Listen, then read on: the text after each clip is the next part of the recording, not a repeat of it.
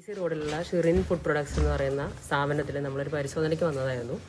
അപ്പോൾ ആ സമയം നമ്മളോട് കയറുമ്പോൾ തന്നെ ഭയങ്കരമായിട്ട് പൂപ്പലിൻ്റെ സ്മെല്ല് വന്ന് അകത്ത് കയറി നോക്കുമ്പോൾ ഇവിടെ നല്ല രീതിയിൽ പൂപ്പലുള്ള ബ്രെഡ്, പിന്നെ കേക്കുകൾ, പയ്യോളി മിക്സ്ചർ, അങ്ങനെ പല പല സ്ഥലങ്ങളിൽ നിന്ന്, ഈവൻ കണ്ണൂർ, കോഴിക്കോട്, പിന്നെ പല പല സ്റ്റേറ്റുകളിൽ നിന്ന് വരെ ഉള്ള ബേക്കറി പ്രൊഡക്ട്സ് അത്രയും ഫംഗസ് വന്നത് ഇവിടെ സൂക്ഷിക്കുന്നതായിട്ട് കണ്ടു.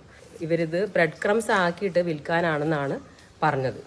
അപ്പോൾ ബ്രെഡ് ക്രംസിൻ്റെ വലിയ വലിയ ചാക്കുകൾ ഇവിടെ കൂട്ടിയിട്ടിട്ടുണ്ട്. അപ്പോൾ അവർ ചെയ്യുന്നത് എന്താ വെച്ചെങ്കിൽ അപ്പുറത്തെ റൂമിൽ നിന്ന് കുറേ ലേഡീസ് ഇത് പ്രോസസ്സ് ചെയ്യാണ്. ഇതിൻ്റെ പാക്കുകളെല്ലാം പൊട്ടിച്ചിട്ട് ഇത് വലിയ വലിയ വീപ്പകളിലാക്കിയിട്ട് ഇത് പിന്നീട് ഇവിടെ കാണുന്ന ഈ ഓവനിൽ ചൂടാക്കി പിന്നീട് അതിനെ പൊടിച്ച് ഇതിനെ ചാക്കുകളിലാക്കിയിട്ട് ഇത് കട്ട്ലേറ്റിനുള്ള ബ്രെഡ് ക്രംസ്, അതുപോലെ റസ്ക് ഉണ്ടാക്കാനുള്ള ഇൻഗ്രീഡിയൻസ് ആയിട്ട് വിൽക്കുന്നതായിട്ടാണ് കണ്ടത്. അപ്പോൾ ഇത് നമ്മളിപ്പോൾ ചെയ്യുന്നത് എന്താ വെച്ചെങ്കിൽ ഇത് സാമ്പിൾ എടുക്കുകയാണ് ഫുഡ് സേഫ്റ്റി ടീം ചെയ്യുന്നത്. ഉണ്ടാക്കി വെച്ചിട്ടുള്ള പ്രോഡക്റ്റിൻ്റെയും അതിനായിട്ട് കൊണ്ടുവന്നിട്ടുള്ള റോ മെറ്റീരിയൽ ആയിട്ടുള്ള ഈ ബ്രെഡിൻ്റെയും ബ്രെഡ് പോലത്തെ ബേക്കറി സാധനങ്ങൾ പൊടിച്ചതിൻ്റെയും ഒരു സാമ്പിൾ എടുത്തിട്ട് നമ്മൾ ലാബിലോട്ട് കൊടുക്കാനാണ് ഇപ്പോൾ ചെയ്യുന്നത്. പരാതി കിട്ടിയതിൻ്റെ അടിസ്ഥാനത്തിലാണ് ഇന്നിവിടെ ഇൻസ്പെക്ഷന് വേണ്ടി വന്നത്. അപ്പോൾ ഇവിടെ വന്ന് നോക്കിയപ്പോഴും നേരത്തെ മാഡം പറഞ്ഞ കാര്യങ്ങളാണ് കണ്ടത്. പൂത്ത ബ്രെഡ്, ബേക്കറി ഐറ്റംസ്, പൊറോട്ട, ചപ്പാത്തി, എല്ലാ സാധനങ്ങളും ഉണ്ട്. പിന്നെ ഇവർക്ക് ലൈസൻസ് ഉള്ളത് ഫുഡ് സേഫ്റ്റി ലൈസൻസ് എടുത്തിരിക്കുന്നത് മാനുഫാക്ചറിങ്, ബേക്കറി പ്രൊഡക്ട്സ് മാനുഫാക്ചർ ചെയ്യാനാണ്.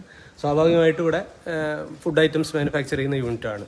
അപ്പോൾ പാക്കറ്റിൽ ബ്രെഡ് ക്രംസ് എന്നുള്ള പാക്കറ്റ്സുകൾ ഇവിടെ ധാരാളമായിട്ടുണ്ട്. അപ്പോൾ അത് പല സ്റ്റേറ്റ്സിലേക്കും പോകുന്നുണ്ട്.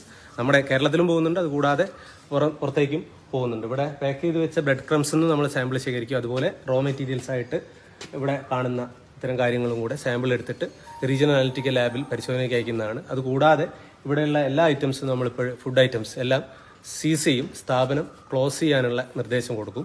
ബാക്കി എന്തെങ്കിലും കാര്യങ്ങൾ അവരുടെ ഭാഗത്തുനിന്ന് പ്രൂവ് ചെയ്യാനുണ്ടെങ്കിൽ അവർക്ക് പ്രൂവ് ചെയ്യാവുന്നതാണ്. പക്ഷെ എന്തായാലും കൂടി ഇവിടെ ഫുഡ് സേഫ്റ്റി ലൈസൻസ് ആണ്. ഫുഡ് മാനുഫാക്ചർ ചെയ്യാൻ മാത്രമാണ് ഇവിടെ ഈ പ്രിമൈസ് യൂസ് ചെയ്യാൻ പാടുള്ളൂ.